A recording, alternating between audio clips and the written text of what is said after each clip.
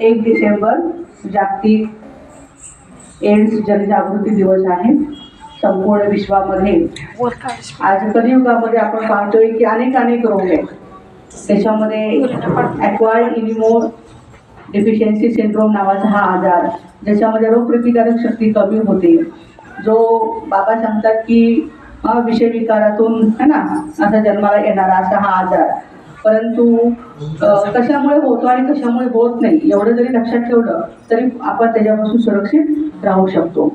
तर अशा व्यक्ती ज्या बाधित असतात, समजा एखाद्याला एड्स झालेला आहे आणि त्याला इंजेक्शन केलेली सुई, चांगल्या माणसाला जर ती सुई वापरली डॉक्टरनी इंजेक्शन देण्यासाठी तर त्या व्यक्तीला हा आजार होऊ शकतो. असुरक्षित शारीरिक संबंधातून हा आजार होऊ शकतो. तिसरं म्हणजे ब्लड डोनेशन करत असताना समजा एखाद्याला रक्ताची गरज लागलेली आहे, पण जर असं HIV बाधित रक्त जर एखाद्याला दिलं गेलं तरी सुद्धा त्या व्यक्तीला हा आजार होऊ शकतो. आणि चौथं कारण आहे की एखाद्या मदरला HIV ती पॉझिटिव्ह असेल आणि तिच्या बाळाला जर बाळ असेल तिच्या पोटामध्ये, ती प्रेग्नन्सी असेल तिला, तरी सुद्धा त्या बाळाला ते पुढं होऊ शकतो. आता होत नाही कशामुळे आजार हे पण पाहूया आपण. पहिली गोष्ट म्हणजे HIV बाधित व्यक्तींशी त्यांच्याबरोबर तुम्ही असं जेवणात एकत्र, त्यांच्या ताटात जेवणात तुम्ही, त्यांचे कपडे वापरलात तुम्ही है ना, त्यांच्याबरोबर प्रवास केला, त्यांच्याबरोबर पाण्यामध्ये पोहायला लागला तर हा आजार होत नाही है ना.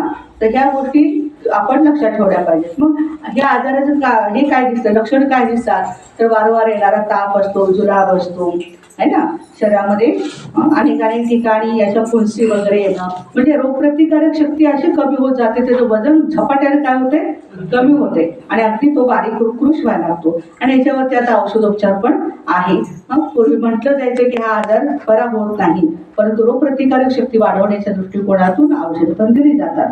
तर असा हा आजार आहे. या आजारातून मुक्त होण्यासाठी बाबांनी तर आपल्याला पवित्रतेचं बळ दिलेलं आहे.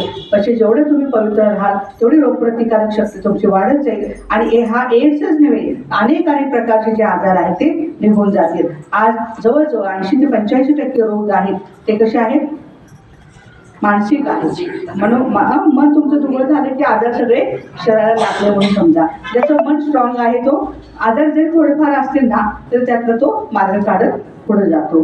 तर सर्वजण आपण ह्या लक्ष्मीनारायणाच्या राज्यामध्ये पाहतो आहोत. एव्हर हेल्दी, एव्हर वेल्दी आणि एव्हर हॅपी अशी ही सुंदर दुनिया लवकरच या धर्तीवर येत आहे आणि त्यासाठी ही आपली सगळ्यांची तयारी आहे. शुद्ध अन्न खाऊया, भरपूर फळभाज्या पालेभाज्या खाऊयात, दूध दुग्ध तर आहेच आपल्याकडे है ना, आणि सात्विक आहार खाऊया.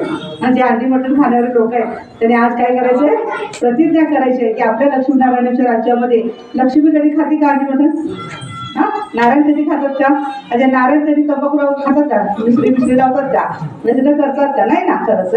मग आपल्याला ही दुनिया आणायची आहे तर आपण निर्व्यसनी जीवन जगूया.